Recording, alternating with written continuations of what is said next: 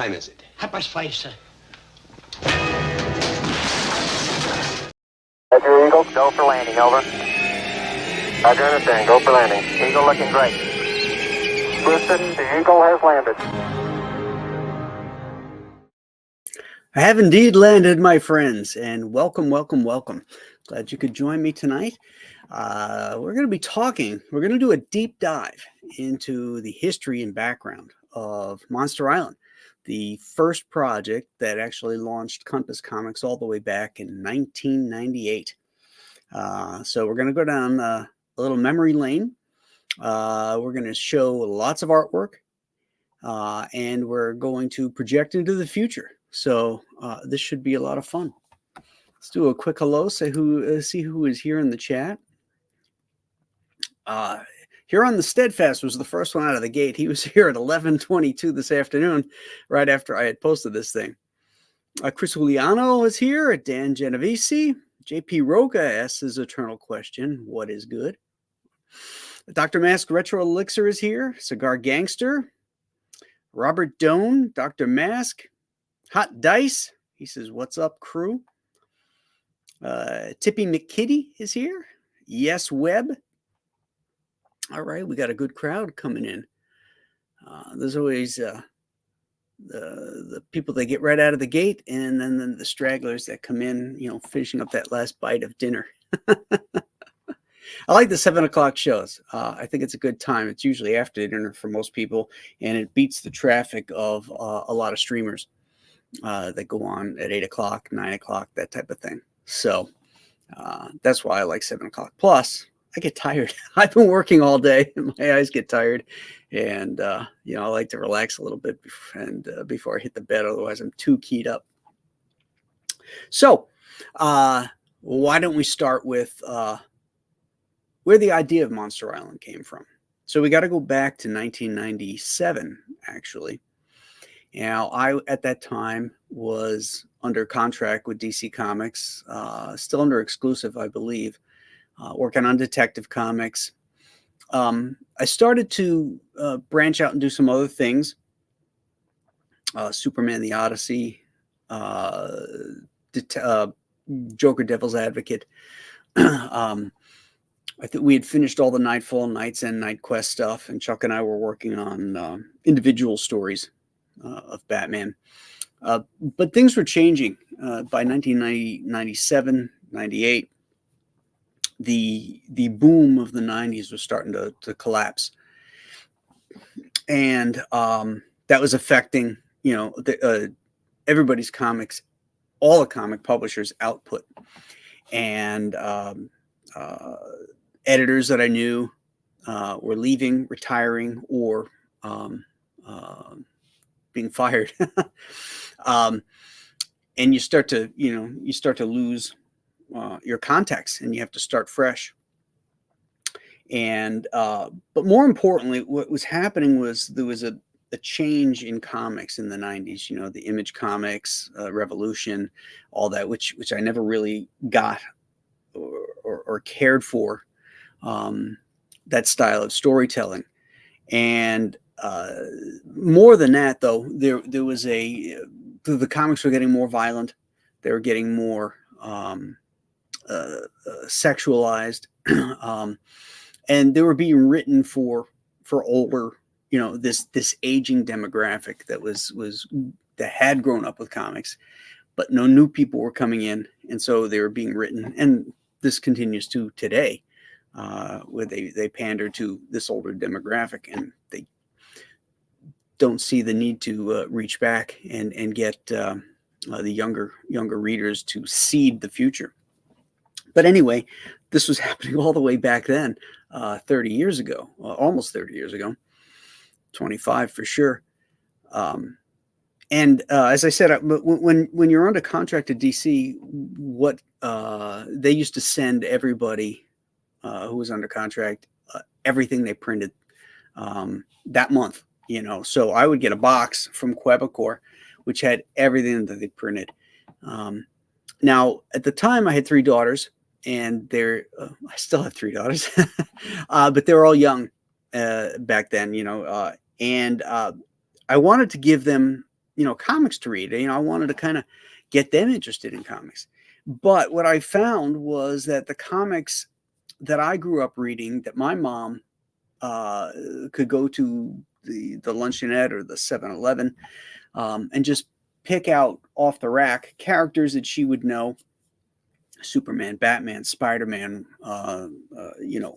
stuff from other media or stuff that she read as a kid. She could pick that stuff up and not have to peruse through it with any great concern because she knew it was going to be appropriate for a 10, 12-year-old kid. But that wasn't the case with the comics that I got. The only comics I could give to my kid comfortably, my kids, were the Warner Brothers cartoon comics at the time. They were doing, Bugs Bunny, Daffy Duck, that kind of stuff. And then the Batman animated series books. So the two things that were, I'll say three things that motivated me to do my own book, to start my own creator-owned business at that time was, one, that I wanted to do something for my kids that they could read. Two, the business was changing. And three, I had the money to do it because I had royalties that had come in on, it came in from the Batman and Robin movie, I guess. Let's see, that was 95. So yeah, I had cash stored away, because when I decided to do Monster Island, I took a break from my work at DC.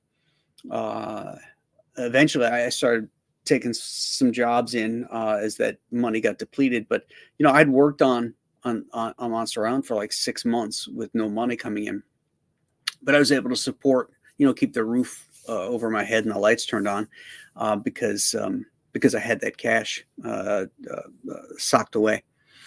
But went through that producing the book. Now, thankfully, these days with crowdfunding, you don't have to do that because you can finance it through the crowdfunding, keep the roof and the lights on, and then produce the book that way, which makes it a whole lot easier now than it was back then in 1998. So the question became, okay, I want to do something. What do I do? What genre? What do I do? A superhero comic? All that kind of stuff. And my thoughts were, I was really into, at that time, Roy Crane's work, and I still am. He's my favorite cartoonist. But I was just discovering him back then, so I was really hot on Roy Crane. And of course, I always loved Kirby. As you know, I was a monster kid growing up, and so I decided, well, why don't I do something I know and something that I love like that? I have this love for aviation. I've got a love for monsters. I got a love for anything that happens on the sea. So it made me think, well, why don't I do a high adventure story? A Buzz Sawyer meets Marvel Monster magazines from the 50s and early 60s.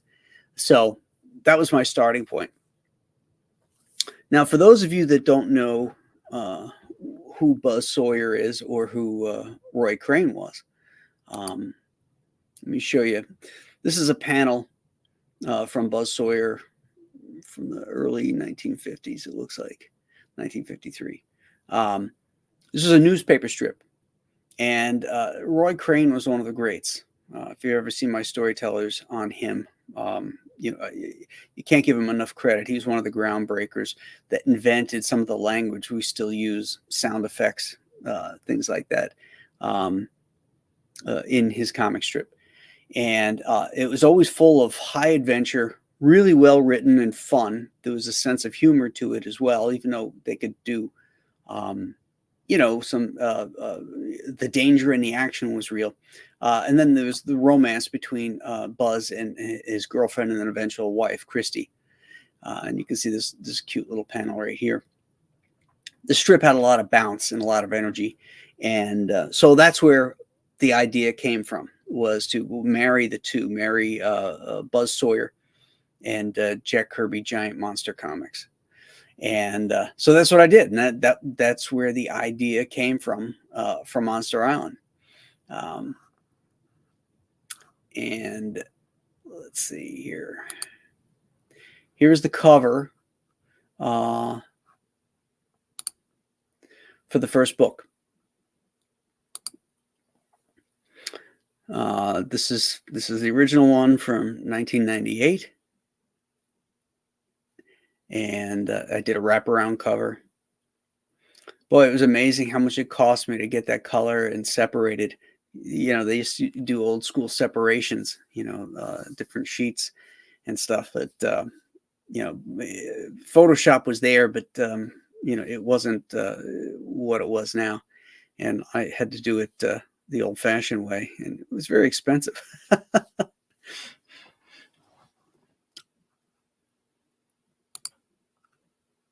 So let me show. I want to show you the first sketches I did. Let's see, where are those? Is that it? Hold on a second here, guys. Before I get, here we go. Okay. Okay, so the first things I started doing was character sketches and getting a feel for it. And because, you know, I wanted this to have that Buzz Sawyer feel, I decided I would do it on Duo Shade board or Craft Tint board, which was it was like a Bristol board that had these blue lines printed on them in two different directions. And then you had these two different chemical activators that you could you could use it like paint. You could paint on the activator. It was clear, but what it would do it would bring out those blue lines as black lines. So you could get different tones. You could get two different tones, like a 25% or a 75% gray. It's something like that. I forget. This was in use since the 1920s, all the way up till about 10, 20 years ago, when the company went out of business because Photoshop, you could do all that stuff in, or plus the printing techniques changed, and you didn't need to have camera ready black and white art, because that's what this does. It's black ink, and then the lines that you expose through the chemical are black. So it's easy to shoot, and it was easy to use under the old you know, printing presses and styles of the day. So these were my test drawings. The one on the left here, these two, or where is it? These two drawings, I think, were probably the first ones that I did. Now they have this Craft Tint boards in various degrees, in line widths and stuff, and I really like the way this one looks on the originals. But the problem was that the lines were too fine. They're too close together, so that when you would reduce the artwork down, which is typically 65% of its actual size, they would come together and they would print muddy. So I went with a wider screen, and I'll show you that in a sec. So here, you know, this was me practicing drawing the flight suits and the power pants and all the accoutrements that the pilots wore. These were Navy pilots, aviators, if you will. That's what the Navy calls them. And they were flying what was the interceptor of the day, was the F-15 Tomcat. That's no longer the case, and there's a story about that, and I'll get to that later on. And this was like the first like monster test, you know, that I did. I had a lot of fun, you know, doing like a Kirby style monster, and having our heroine here, Mac, you know, in her undies, and playing with reflections and stuff like that. So that's these are the first drawings that I did playing with the materials.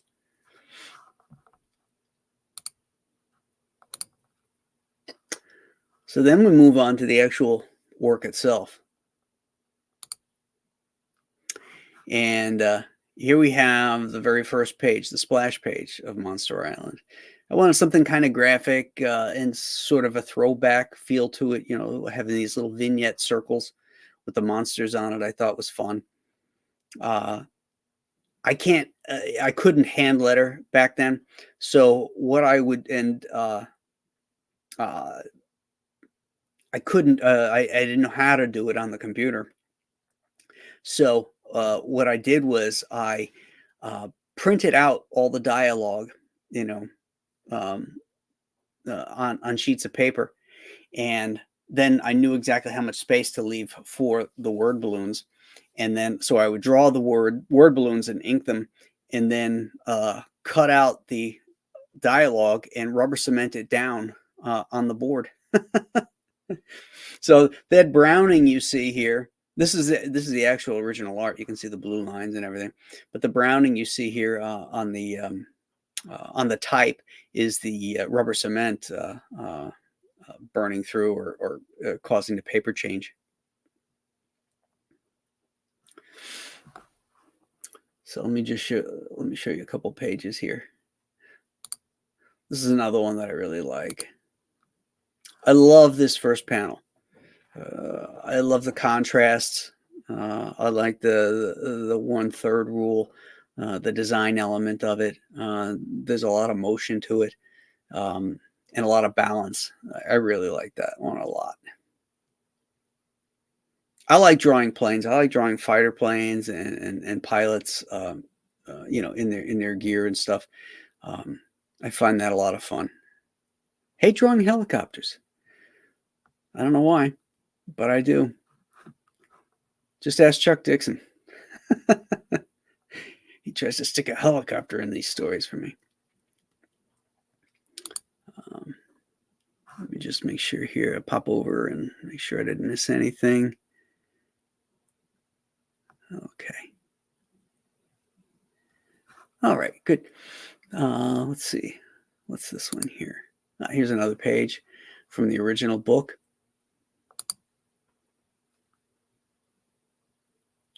So you can tell by the style of the artwork too. It's a little more cartoony than what I was doing on Detective Comics. I'm a big fan of guys who leave stuff out. Uh, the, the storytelling for me is everything. And the three components that I teach and I preach are dynamics, clarity, and immersion. Now, dynamics is the least of those three things, because if you have the clarity, that's the key. But if you can do it dynamically, have the clarity, then the third part, which is the hardest part, that's immersion, you can do. And so when you're reading a story, especially in a static environment like a two-dimensional drawings, you want to make sure that you only put in what is necessary to tell that story, so that your reader, because if the reader has to stop to notice either all the doodads you put in there, all the little rocks, all the little, whatever, crosshatches, he's out of the story because he's looking at the artwork. He's not immersed in that story, like he's on this island and he's seeing this jet, lifted up and dug out from underneath. And that's a key for me is to make sure that there's nothing in there that's going to take away from that. There's no shortage of detail. It's about putting the detail where it's important to draw the eye to. Like you look here, it's all this detail of the cockpit and stuff. But over here, it's much lighter. There's less stuff, and it focuses your eye where you need to look. Same thing here. It's a lot of negative space here, and all what that does is frames the ship. So these are really important things that I take seriously when I'm trying to design pages and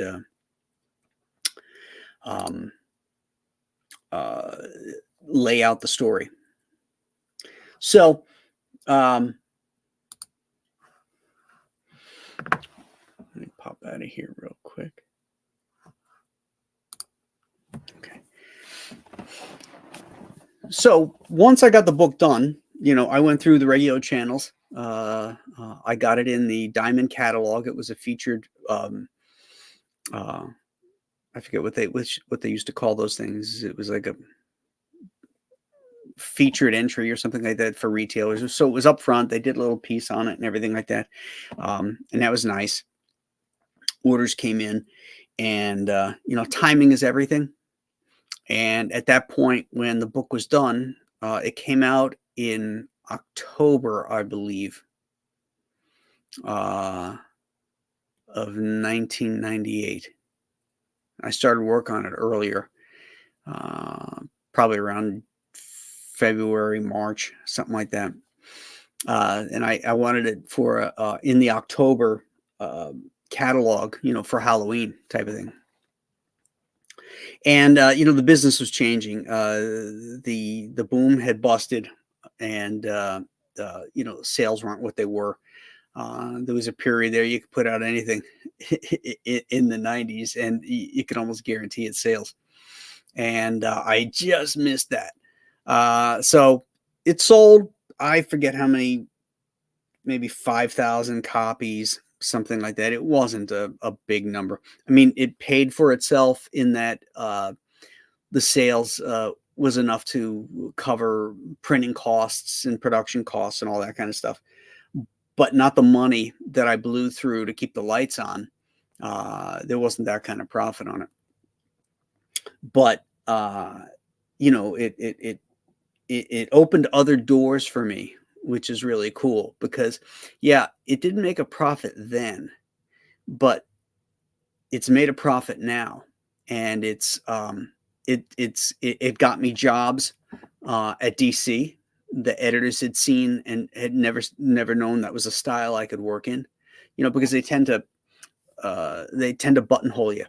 Oh, okay, this guy only does this, or this guy can only do war comics, or this guy can't do cosmic stuff or whatever. This showed that I could do sort of humorous high adventure stuff in a cartoony fashion. So I did get jobs there, and then as the business started to really kind of implode, I decided what I wanted to do next was, and I really had a hankering for this as a historian of comics. I really wanted to do a newspaper strip. I was thinking, oh, that would be so cool because there's no good adventure strips in the papers. And so I thought I would do one. So first thing I did was reformat the story, and I had to change a few things and make it into like 2 weeks worth of dailies. Because when you submit to a syndicate, you needed 2 weeks of dailies and I think 2 Sundays, something like that. So I broke it down into panels and into a newspaper strip format and sent that out to all the syndicates, and all the syndicates responded. No. They loved it. They said, oh, this is gorgeous. We love it, but we cannot sell a newspaper strip. They reminded me the last sold newspaper strip that was of any success was The Amazing Spider-Man, and that was all the way back in 1977. And it was Spider-Man. It had a pedigree before it even arrived in the papers. So that was the last time anything was successful launched in an adventure, or what they used to refer to as a continuity strip. So that was kind of too bad. But oh wait, let me just switch this over here so I can show you the strips. And there we go. So this is what I sent them. I sent them like a tear sheet of that's what they do. They call them tear sheets that get sent to the newspaper. So they'll get the week's worth of dailies. 1, 2, 3, 4. I couldn't get all 6 on the sheet, so I actually have 2 pages of it. But This is the one I have brought up so you can take a look and see. It looks more like the printed like this in just contrasted black and white. It looks like the Roy Crane stuff, doesn't it? One thing I changed though from is when the plane landed in the comic book, I had a different look in this panel here where it was scooting into the sand, and this one was so much cooler. I really like this sequence better than the one that I did in the original comic. So that was a flop for me. Was trying to get that as a newspaper strip. So then, I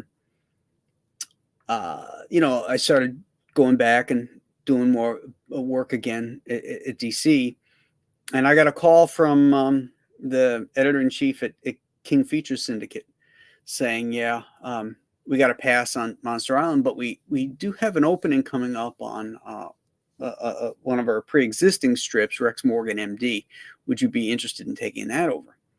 And I told them, well, I'd really like to do the Phantom, because that would be right in my wheelhouse, And they said, well, we don't have any opportunities on the Phantom. I'm like, okay. Well, I felt like this was a door opening. It was a way for me to dip my foot in another end of cartooning. And I'd been in the comic book business at that point. This is now 1999. I started in 83. So, 17 years or something like that, 16 years. And so I thought, well, why not? Why not try something different? And so I took on the Rex Morgan dailies and Sunday. And then a month later, he called me and said they got an opening on the Sunday Phantom. So I was out of comics permanently at that point because the needs of doing a daily strip and 2 Sundays is a lot of work. There's no breaks. It's the deadlines are always there. And but that story goes off in another direction. They promised me things on the Phantom. They didn't deliver. They reneged. So I left that strip. I kept Rex and then started to, kind of like tippy toe back in freelancing here and there with a few projects. And then eventually left that because working for the Syndicate was soul crushing. It's a lot of work. It's always over your head. And they didn't give a shit. They really didn't. Whether you turned it in, looking like a masterpiece, like Stan Drake did it, or you just, cut and paste pre-used stuff and sent that in. They didn't care. So anyway, that was the trajectory of the original Monster Island. But it may not have been a success then, but it ended up getting me a couple different jobs that was able to sustain me for quite a long time. And then in 2017, I think it was 2016, I got approached by the guys at Ominous Press about doing reprinting Monster Island and doing the sequel, which I had promised at the end of the original Monster Island, which is Return to Monster Island. So I thought, well, that's a great opportunity, A lot of years had gone by, 20 years had gone by. Actually, it was 20 years. It was like for the 20th anniversary that those books ended up coming out. So I was able to do Return to Monster Island, and we had talked about doing Escape from Monster Island. And I should be showing some artwork here. Hold on a second, guys. And boom. There we go. Okay, so then this was the Return to Monster Island book. It was a hardcover that was done by Ominous Press, and it was crowdfunded on Kickstarter, and it just didn't really take off. I felt like some of the crowdfunding choices that were done could have been better. About, I know who my audience is. We weren't really reaching my audience. We were just reaching for a general audience, and um, I think that's part of the reason why it didn't do as well as I thought it would. Um, but it was a beautiful book. It was very nice. Um, but it always bothered me that the sequel came out under a different banner. It's been really, really important to me to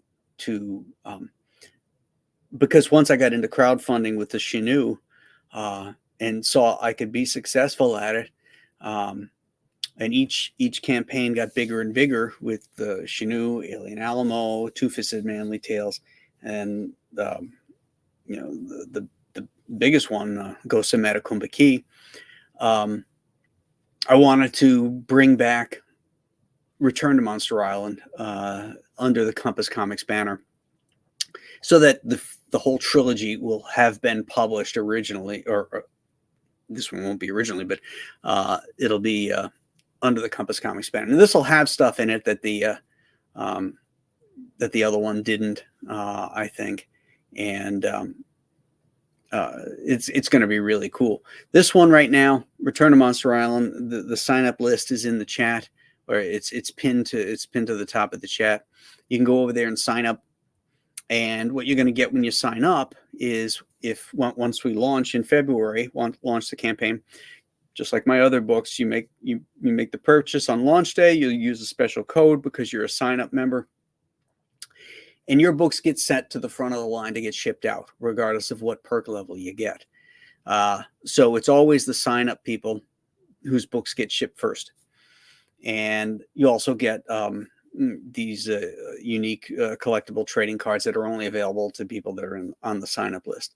So I urge people to go do that. There's no obligation. You don't have to buy anything. You're just signing up to give yourself that opportunity should you decide you want to get this book. So I urge everybody to go sign up for that. And let me show you some more artwork from it.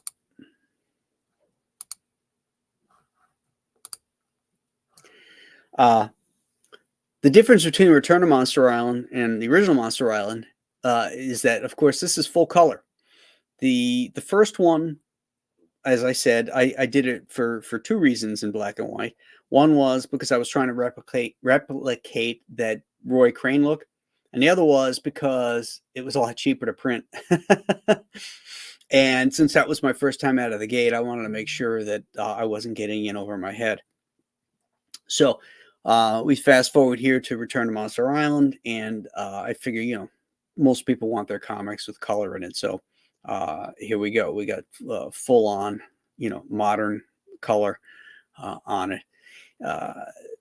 It was so much fun to revisit these characters because 20 years had passed, and I sat down in front of the computer because I had a plot idea that I had written way back in the 1990s.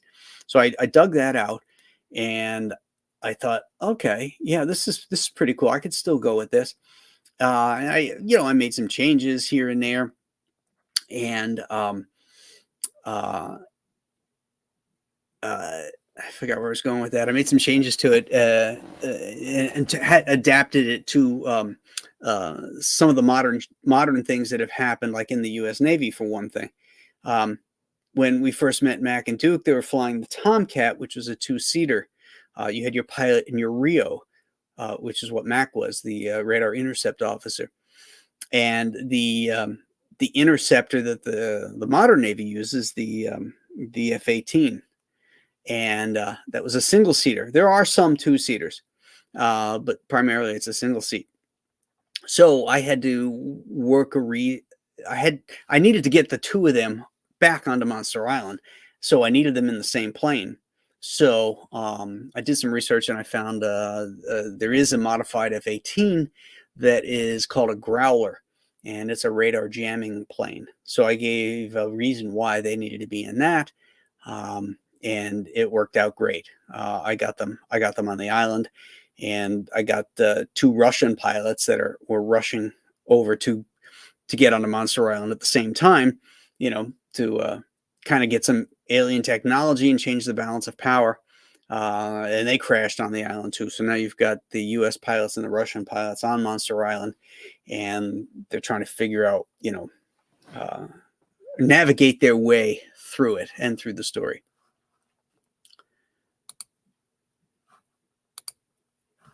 Here's our Russian pilots. Different flight suits. Again, a lot of reference. I check all that. Well, what do these MiG pilots wear? What's their color scheme? But, it's always fun to draw these kind of giant monsters and make them up. One of the things I did in this book and in the original Monster Island is make fun of the fact that the giant Kirby monsters all wore underwear. I always thought that was hysterical, even as a kid. It's like, well, this is kind of like a giant animal. I mean, why is it wearing underwear? It had to have been because of the comics code of the time.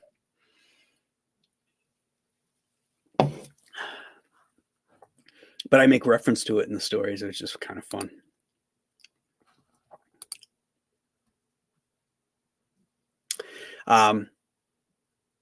Again, I want real danger in my stories, but I also want lightheartedness and what used to be high adventure tales.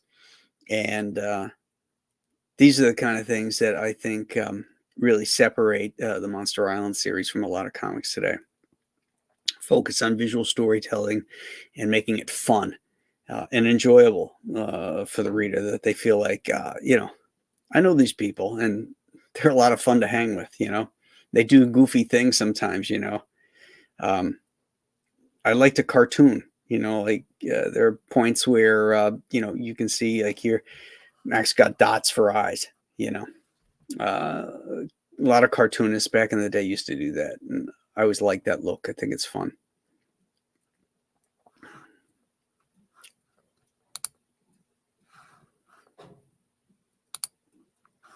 There's another fun page. Recently on Twitter X, I had posted that previous some panels from the previous page that I had just had up, and somebody had suggested that, well, it might have been cool if you had the slide blown back. It's this one here. This shot right here, having the slide blown back, and then the smoke coming out of the bullet here. And I responded that in a static drawing, to have the slide blown back like that is confusing to the reader, not understanding maybe exactly how that weapon works. And then particularly so when you get to the next page and the slide is blown back because the magazine is now empty. And that's what happens on a semi-automatic pistol. It'll blow back and lock in when you're out. So you have to, release the magazine, put another one in, press a button on the side that'll throw the breech forward and put a shell into the chamber. So this panel would look just like the other one had I done it the other way. So I'm always thinking. But I love this last panel. It's just fun, fun dialogue, swinging for the fences. And these little creatures here are called hypnosaurs. And what they do is they have these like swirling eyes that hypnotize their prey. And so that they don't resist. So we can see here the hypnosaurs of, oh, I'm feeling strange, no will to fight, and all of a sudden they're losing their control and they're closing in. And then it's a good thing Max got friends in high places, because they get saved by a blast that comes from off panel.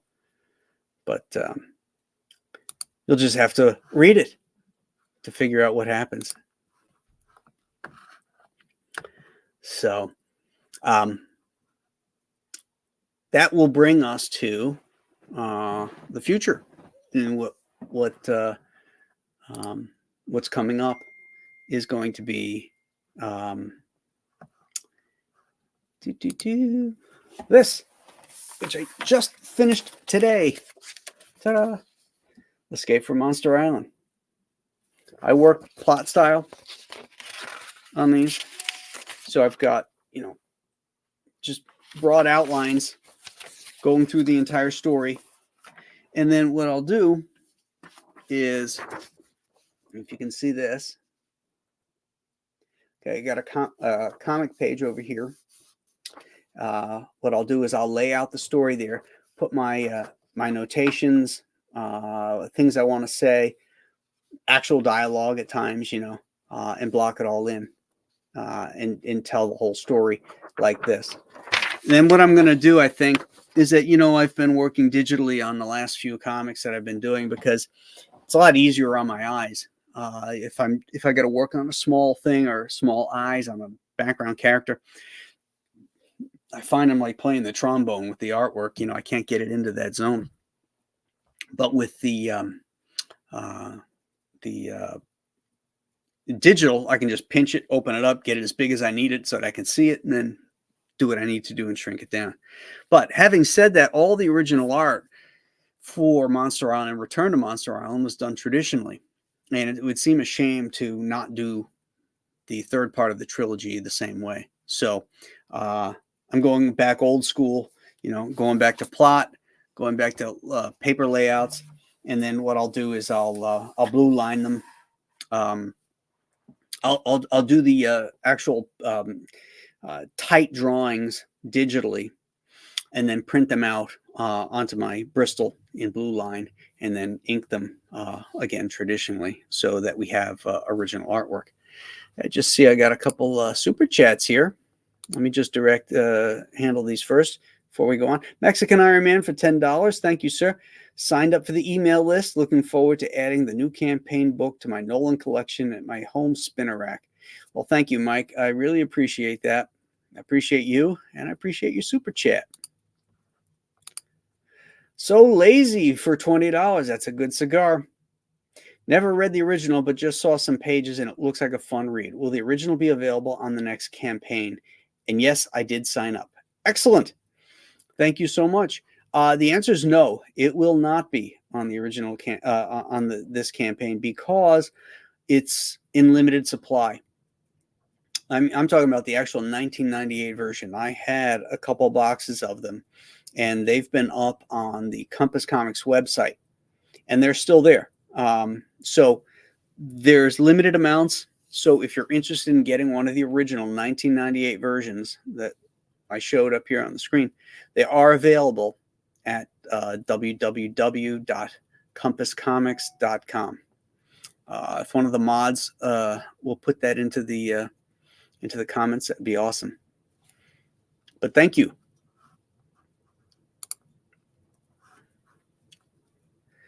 So, oh yeah, I messed up. It is the F-14 Tomcat, not the 15. Yeah, that's the Eagle, Screaming Eagle used by the Air Force. Yeah, sorry, man. It's been a while since I had to draw them or reference them.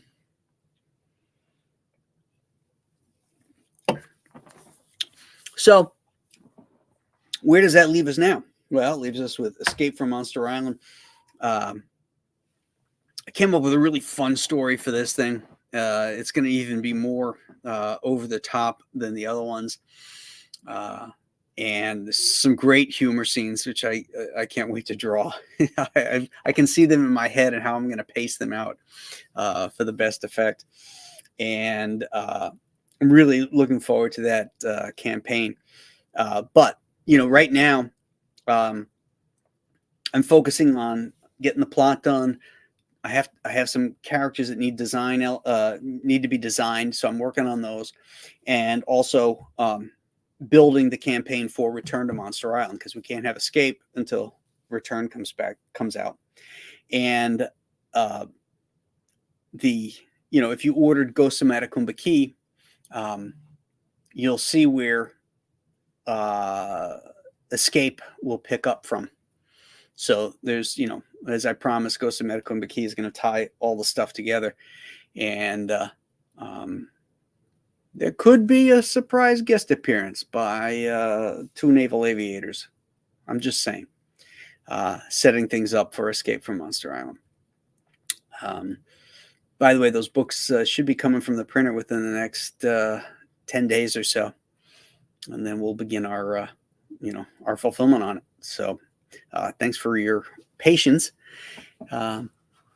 This is the... Oh, wait. Yeah, I forgot to put this one in. Hold on a second here. I got another page from Return to Monster Island I forgot to share. I love this page. Why do I like this page? Because this is typically what would be called a talking head page, or more likely an exposition page, where information needed to be imparted to the reader, and you got to find interesting ways to do that without it just being, okay, A, B, C, D. The other thing, and this is something I learned from the great continuity strip guys, the guys who used to do the romance and soap opera strips, which Rex Morgan was one, was that to keep your characters moving, we have a static medium. There's nothing worse than having people sitting around talking, whether they're sitting around like Marvel Comics at a pizza joint talking about their hard days, or, fighting Galactus, everything, have them in motion. If they're going to talk about boring stuff, have your surroundings look interesting and have them moving through their environments. And so that's what I did here. Is I needed to get them from point A to point B. I needed to expound upon various elements that were necessary for filling in gaps in the story. And so, I just had them walking through some interesting scenery. I particularly love that middle panel, sort of King Kong-ish, where they're walking across that the canyon with the tree down, and then Kong picks it up on the other end and dumps them into the spider pit. That's that scene that got removed from the movie. If you ever want to see what it would have looked like, go on YouTube and type in Peter Jackson's Kong spider sequence, something like that. It'll come up. And they filmed it using stop motion. They filmed it in black and white, and they filmed it in stop motion the way the original Kong was done, with modern actors and stuff. And it's pretty terrifying. You can see why censors, even in pre-code days, would cut it out. But it's pretty cool. But if you're a monster fan like I am, check it out. And I know you are, because if you weren't, you wouldn't be here. Right? Right. Okay. And why did I hold on a second here? I got one more thing I got to share here.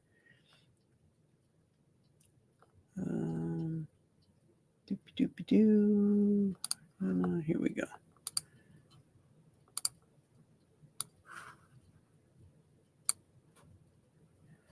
Okay, that's what I want to do.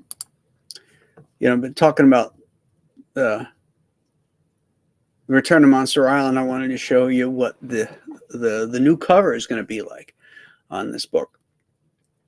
And one of the things I kind of thought about and decided to do differently is, you'll notice that the logo here, the Compass Comics logo, is kind of a teal blue.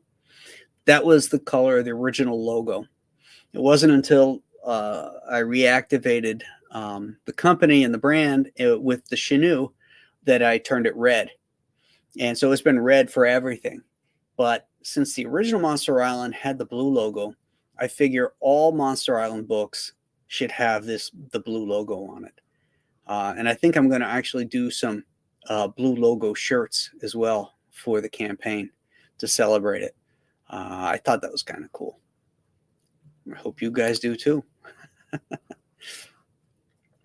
So that is the history of Monster Island, my friends, and the future going forward with it. Yeah, I hope you enjoyed that, and Let me just hit the chat up here, see if there's any questions or anything I missed. Any conversations that involve me. A lot of hellos to everybody as usual. That's great. Mike Ortego says, it's amazing mainstream comics are still around, considering I've been hearing the death of comics industry is around the corner since 97, 98. But I keep saying, we'll see. It's been going, they've been saying that longer than that. Since the early 70s. Actually, since the 50s, they've been saying it.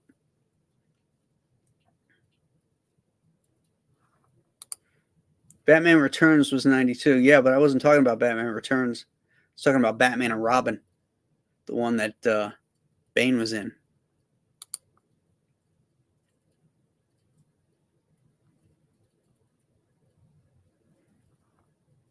There it is. Yeah, 97.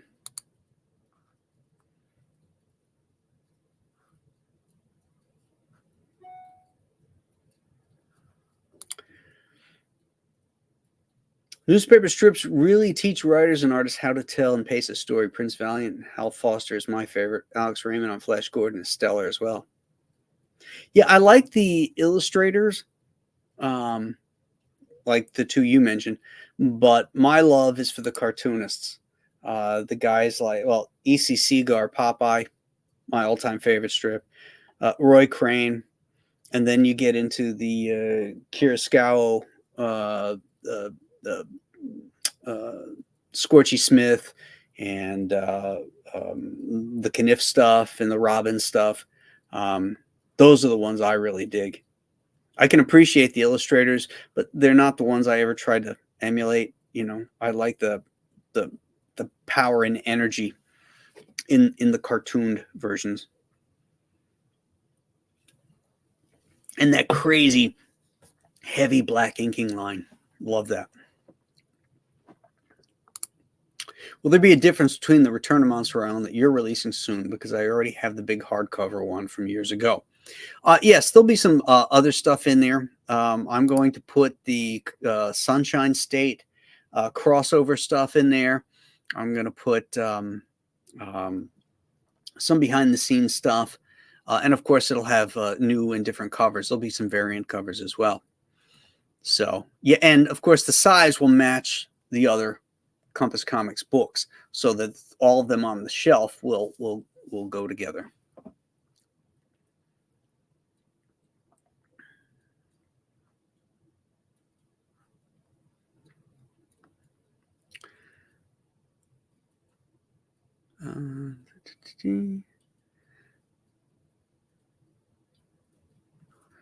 Well, thank you, Mike. Mike Ortego says Graham's books are pretty much the only crowdfunded books I support and purchase. Well, that is much appreciated, sir.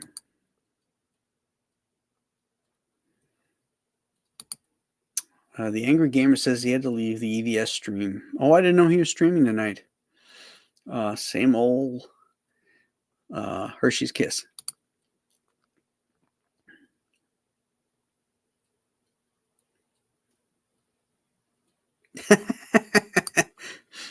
Pipes not being maintained in red states. Keep voting Republican, LOL. Wrong chat.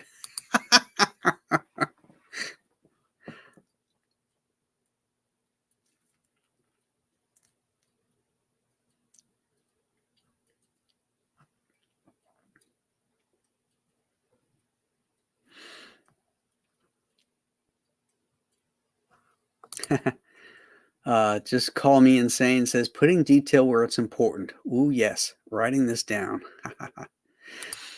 Yeah, if you look at great illustrations or even great paintings, painters will paint the detail where they want to focus your eye on, and then they'll start to blur out the stuff around the edges, around the sides, or they'll tighten up various points, you know. And I try to do the same thing with my panel arrangements and what's going on within them.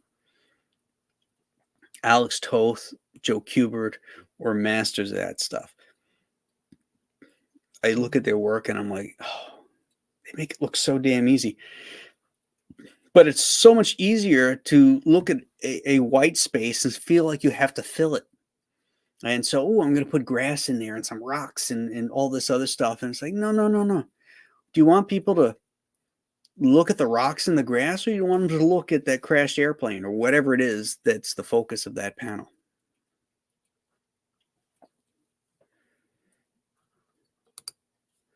I love that explanation. Dynamics, clarity, and immersion. That is my mantra.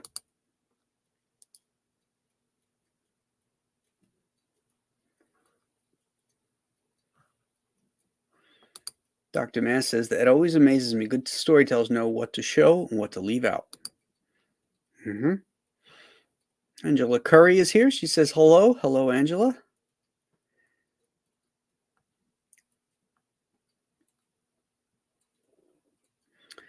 Mike Ortega needs a Guinness. He says it's been a long day.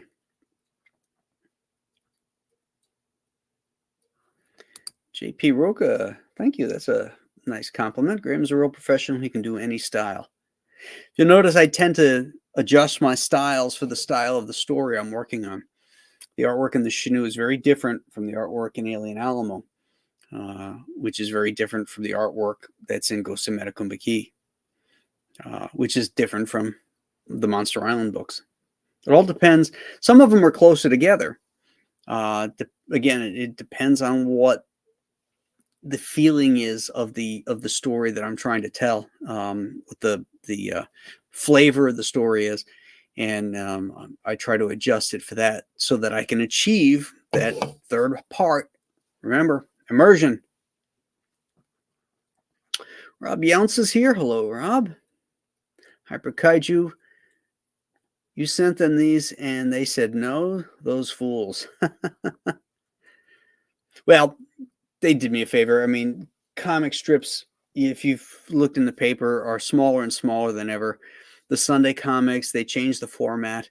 They changed the aspect ratio on panels to fit things where it's never supposed to fit. It used to drive me nuts when I would grab papers and I would see my Phantom stuff cut up and panels like characters all squat because I had a longer panel, and it used to drive me crazy. They just don't care. And that's the thing that drives me nuts the most is, I love this art form. I live for it. And these knuckleheads just don't give a shit. It's all about money. And yet, if they did, and they had a really great comics page, they might be able to sell more newspapers, because newspapers in poll after poll after poll, the people that actually do subscribe, which has gotten lower and lower and lower because of the articles and the polemics and all that nonsense, the polls show that the first two sections that are read in newspapers are sports and comics. Those are the first two that they go to. But we're giving them really crappy comics, so you get what you deserve, I guess.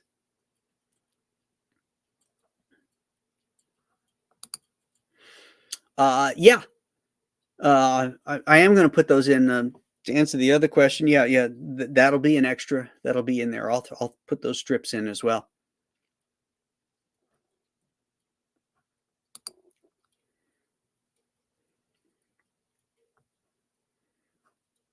Oh, Henry Bemis, thank you so much for putting that the mailing list up. Appreciate that.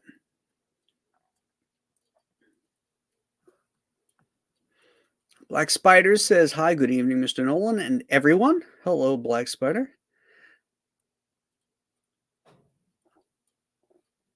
Lorenzo Sleestack. Hail Graham in the chat. Hey, guys, hit that like button, would you?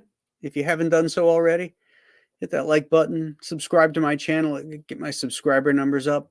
Again, doesn't cost you anything. Just like the sign-up list.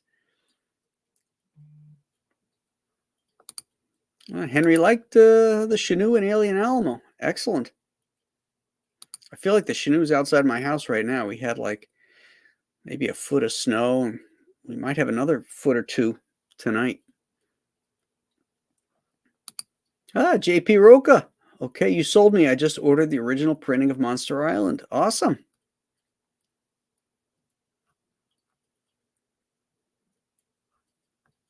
Admiral Wackass really loved the Chenoo as well. Dr. Mask is pimping for me. I thank you, sir. Grab some other great stuff here, like a Chinook plushie and a giant-sized two-fisted manly tails. Ralph Mack is here. Hello, Ralph. Fat Samurai says this looks fantastic. I think it is.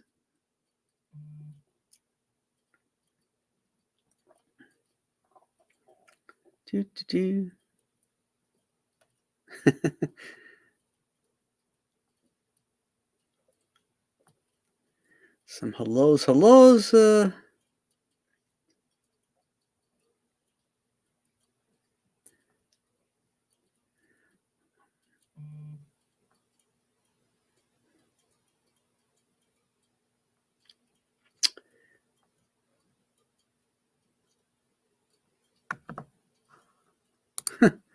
JP's got a nice SIG. That's a SIG Sauer that is pressurized to automatically chamber the next round when changing magazines. That's cool. I've got a SIG also. They make a nice weapon.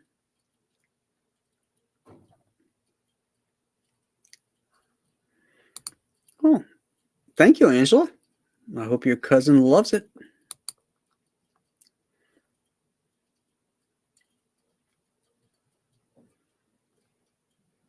Angry Gamer just signed up. Excellent. That's what I want to hear.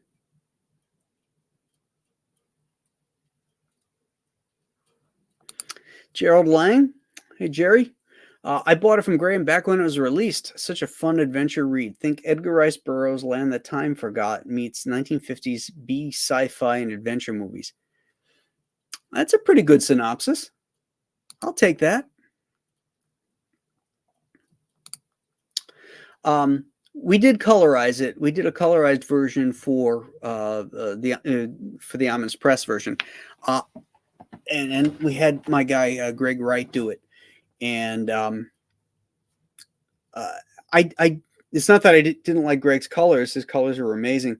It's just that the color over the duo print, I think makes it look muddy. I don't care for it. So I'm not going to offer a colorized version of it. It wasn't designed for color, and when you color it, it looks like it wasn't designed for color. So better to keep it pure.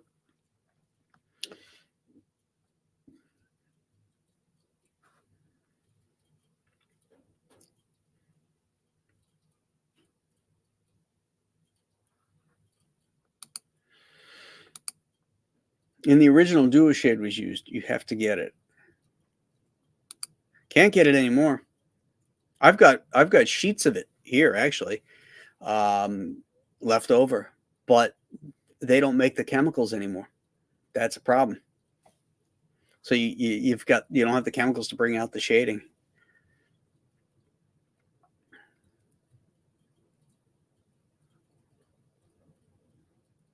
Also, those chemicals were, I'm not sure about them.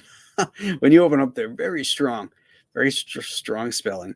And I remember once when I was up at King Features and I was talking to the editor up there, and we were discussing Roy Crane and Duo Shade and all that kind of stuff. And he said that Patrick McDonnell, if you look at those early Mutz cartoons, Patrick McDonnell used Duo Shade on it, and then he stopped using it. And the editor Jay Kennedy told me that because he would lick the brush to get a point on it, which we all do at times, and it had that chemical on, and it was making him sick. But Roy Crane used it he started in the 1920s with wash tub, like late 1920s with wash tubs and Captain Easy, and then he went on into the 1970s utilizing that stuff. So didn't kill him. What Geeks Do Network is here. Hello, he's late to the party. He says sorry.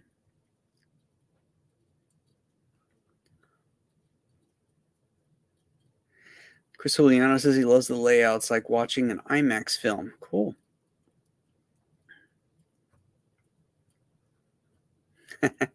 We get into the part where it's talking about exposition.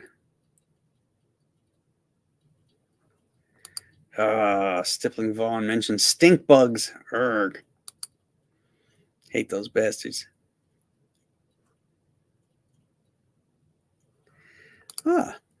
Gorilla Mar says, hello, Graham. I've been loving all the Compass Comics products and can't wait for more Monster Island. Thank you.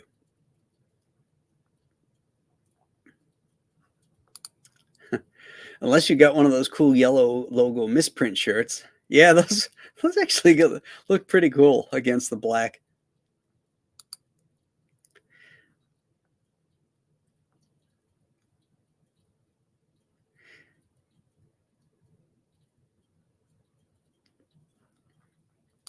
Ferris Comics, if you're just tuning in, I answer that question. It will not be an add-on, but it is currently available at compasscomics.com.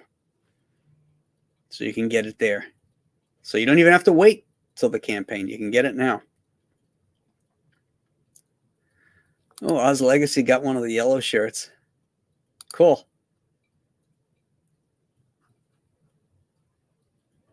I was at Terrificon one time, and a guy came up.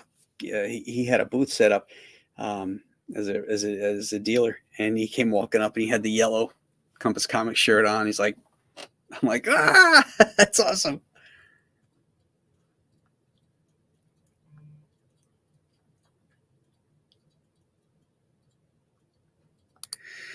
Just called me and saying, could you go over your plotting and sketching again? I'd like to hear more about that process. Yeah, I work different ways. It depends on the project.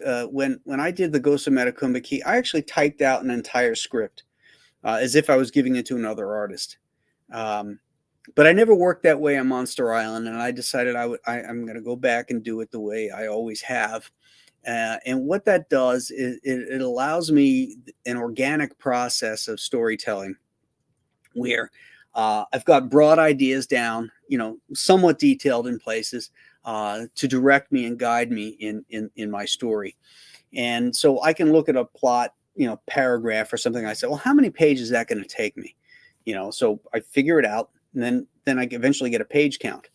But then it also allows me to make changes on the fly, add panels or add a sequence here and there, or something that hits me later on, like, well, as these characters are developing and becoming more alive on the page, and relationships are starting to gel, I might, it might give me an idea for a sequence that would be really funny or really cool or would explain something, all that. So that's what I would do when I'm laying it out, like on these pages here.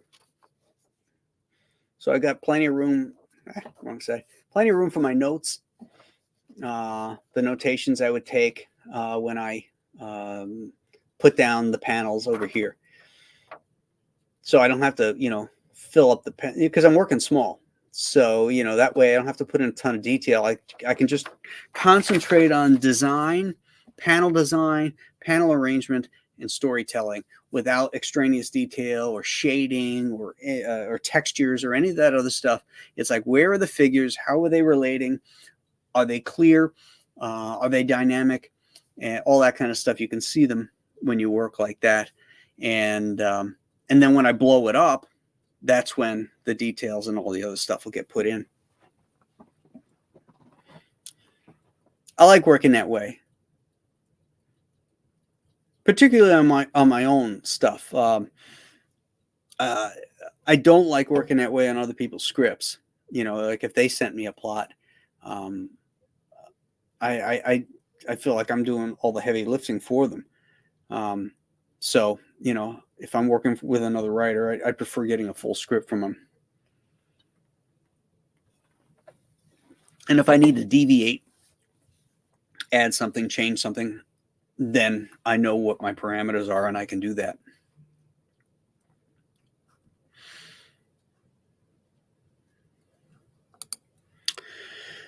Graham, ever think of joining Graybeards? I would love to see you on that stream.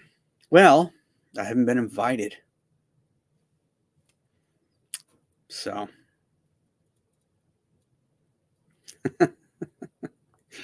Aaron, I think Aaron doesn't invite me because he feels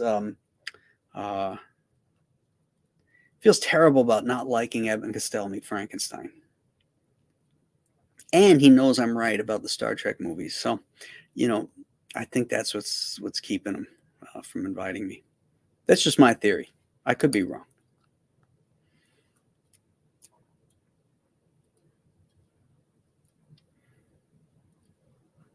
Brian Christgau is here. Excellent. Hello, Brian. Jacob,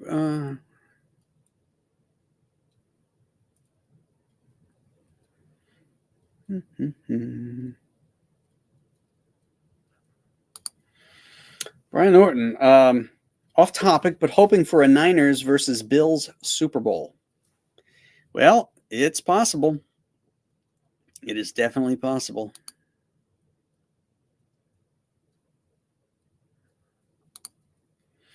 How long does it take to script structure a story? How do you know when you have something? Well, that's a great question. I start with a yellow pad.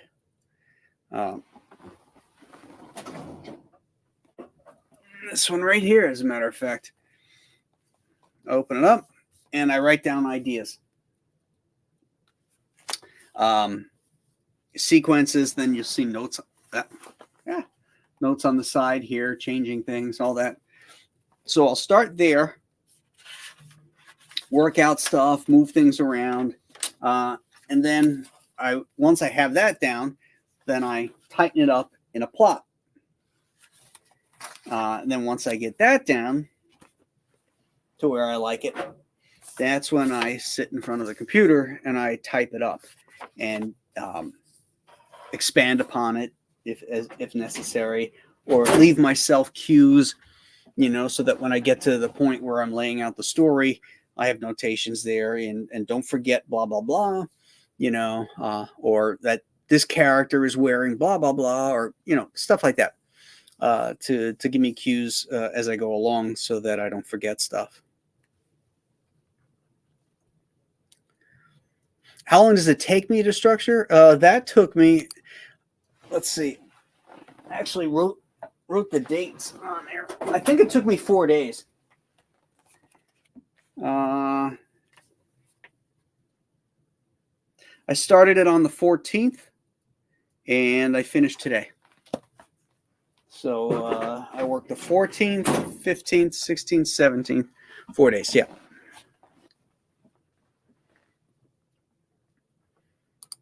Watterson also hated what they did to his work. Yeah. Same as Doonesbury. Yeah, you put all the heart and soul into it, and then they just cut it up. Bobby Greer says, Alien Owl was the first comic to make me get emotional. Wow. That's high praise. Very high praise. It means I succeeded in immersing you in that story. Thank you. Black Eye says, it's pretty cold over here in Oklahoma. I may read the Chenoo again.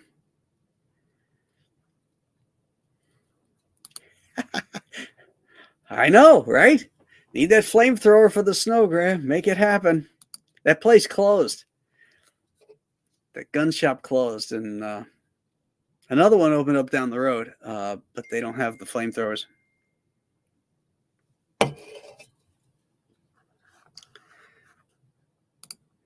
Hold on. Julie just texted me, and she's responding to Dr. Mask. Let's see. Let's see what she has to say.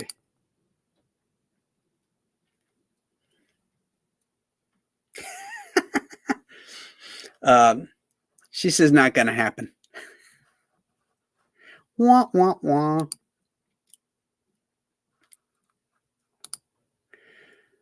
All right. Kenneth Rocafort, thank you so much for signing up for Monster Island. Good to see you, buddy. You guys backed any of Kenneth's projects? He's amazing. Amazing artist and a heck of a nice guy. So if you see his projects come up, make sure you give it a look. Oh, there we go. Groken 3. He signed up for it, so that's a lie. I guess that's up right now. Fantastic. Sequential Treasures is ready for the next crowdfunder. Thank you. Yep. Next month, February. Yeah, let's work on that. If Rocafort is signing up, then everyone needs to sign up. He knows good art when he sees it. Right, Kenneth?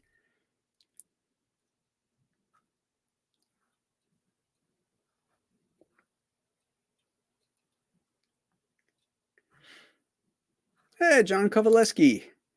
How are you, John? Good to see you here, man. Another talented cartoonist in the humor vein.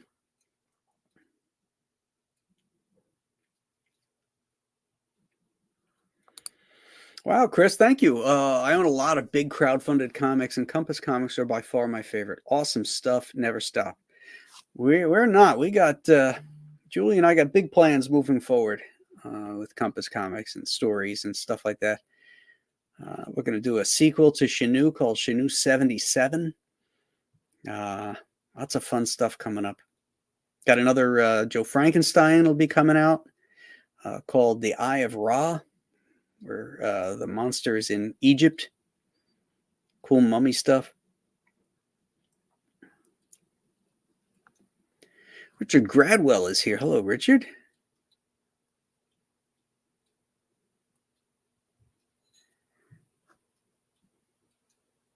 Brian Norton says he's got to go back to work. Hail Graham in the chat. Great stream. Well, thank you. Very cool.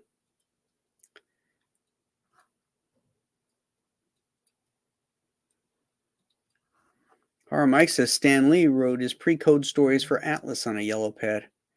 Hey, it's a great way to get the work out. I mean, where you can just let it flow. You just write in cursive. Just let the ideas come out quick. Jot it down. And a lot of times I'll jot stuff down, and I'll think, I'll come back to this. Maybe I'll have a better idea or something. But I got it down. Then I'll come back to it, and I'm like, oh, that's a good, because I'd forgotten about it, and I'll come back and I'll look, and I'll go, oh, that is a pretty good idea, But by the same token, there's times I've come back and I say, I can make this better and work it out. The PTSD scene was pretty gripping. Admiral Wackass is referring to a sequence in Alien Alamo, which is very touching and dramatic. Thank you. Kino Reviews is here. He says, hail to the chat. He's already signed up. And Dan reminds everybody that there is a sign-up page for Groken 3. So, yeah, please support Kenneth and sign up for his book, too. Classic stuff. Just really great. Julie, Dr. Mass says, come on, Julie. Did you ever see The Burbs? And that scene where Tom Hanks is up on the upper balcony and his wife, Carrie Fisher, is out on the balcony, and his buddies, his neighbor and Bruce Dern come over, and they're trying to get him to come out because they got this whole conspiracy thing going on. And she says, no, he's not coming out. And they're like, oh, come on, can he come out? And he's like, she's like, I said no. She's talking like a mother to these guys, and they're like, oh man, they kind of kick their feet and go away like their buddy can't come out and play. And Julie just texted, Graham cannot come out and play. Oh, come on, Mom. But the guys are here.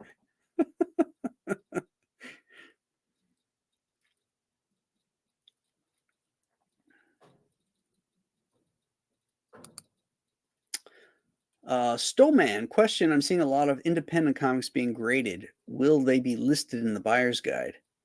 I think some of my books are in. I have an app for my comic collection, where you can do the issue number, its value, its grade, and then it'll spit out, the value and all that kind of stuff. And both the Shanu and Alien Alamo are in there. So I'm assuming that they are also in the Overstreet price guide.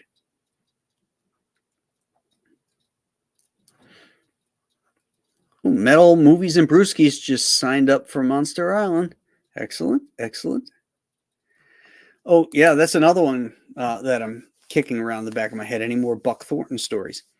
Yeah, I've already spoken to Kelsey, so he's on board. I just have to get through some other things first before I can dedicate some time to a script for him.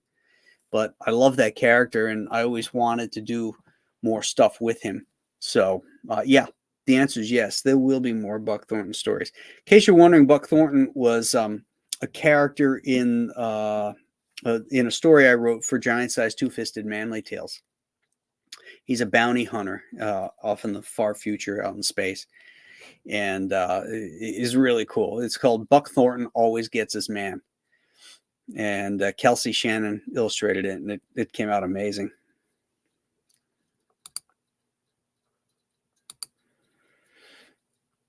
Born and raised in KC, Sunday's game is going to be fun. It's going to be a shootout. It really is. It's going to be a close, tight, hard-fought game. So, to the victor go the spoils.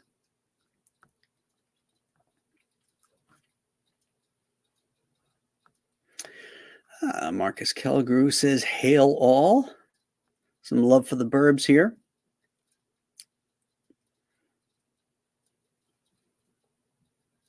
Oh, very nice. Excellent. Thank you. Ferris Comics says, thank you for answering my question. I was late to the stream. I signed up for the new campaign as soon as I got the email. I went and ordered Monster Island from your site. Oh, fantastic.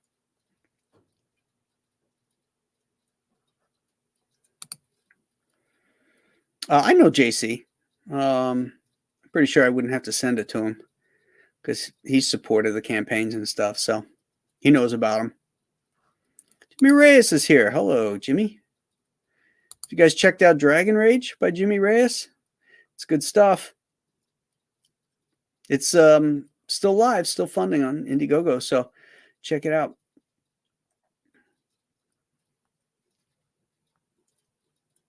Spaceman is bouncing in late. He just got off of work. Well, better late than never, sir. You can catch all the artwork and stuff that I posted earlier on. Watching a rerun of it. Moondoggy signed up and can't wait. I've enjoyed all the Nolanverse projects, and I love that Graham delivers his books in a timely fashion. Keep up the great work. Thank you. Well, with you guys backing behind me, how could I not keep doing it? You guys are awesome. Oh, that's high praise indeed. Buck Thornton was rad. Reminded me of a Carpenter flick.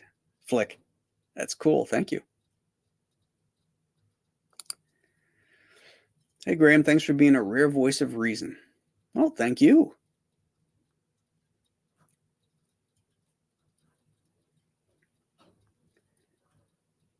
Marcus is all signed up. Excellent. Spaceman says, Dragon Rage. Hell yeah. Can't wait for mine. Very cool. Very cool. All right, guys. It's the end of our chats here. I wanted to make sure I scrolled through and saw what everybody is posting because I know you guys are taking the time to spend with me here. Been on an hour and 23 minutes, and I really do appreciate it. And I really love it. I love the interaction on my own channel, just being able to talk one-on-one without having to fight for a voice with a whole crew of people sometimes. It's nice just to be able to have sort of a one-on-one personal conversation with you folks that are so wonderful to me and my family by backing my projects. Spaceman, yes, Monster Island is still available on the Compass Comics site. There's a inventory attached to it so that when the last one sells, it'll come off the site. So if you see it there, it's there. All right, excellent. Thanks, guys. Thanks again. Hope you guys all have a great weekend. I'll be busy working on more Return to Monster Island, Escape Monster Island stuff over the next couple weeks. I'll be sending, be posting artwork and sketches and stuff on X, and I'm sure most of you are on my mailing list. If you're not, make sure you go to compasscomics.com. As soon as you go to it, it'll pop up, and you can sign up for the newsletter, and then you'll be in the cool kid club. and you'll get my updates and newsletters and announcements and stuff like that. So until then, my friends, you have a great night, and we will see you next time. Have a good one. Bye-bye.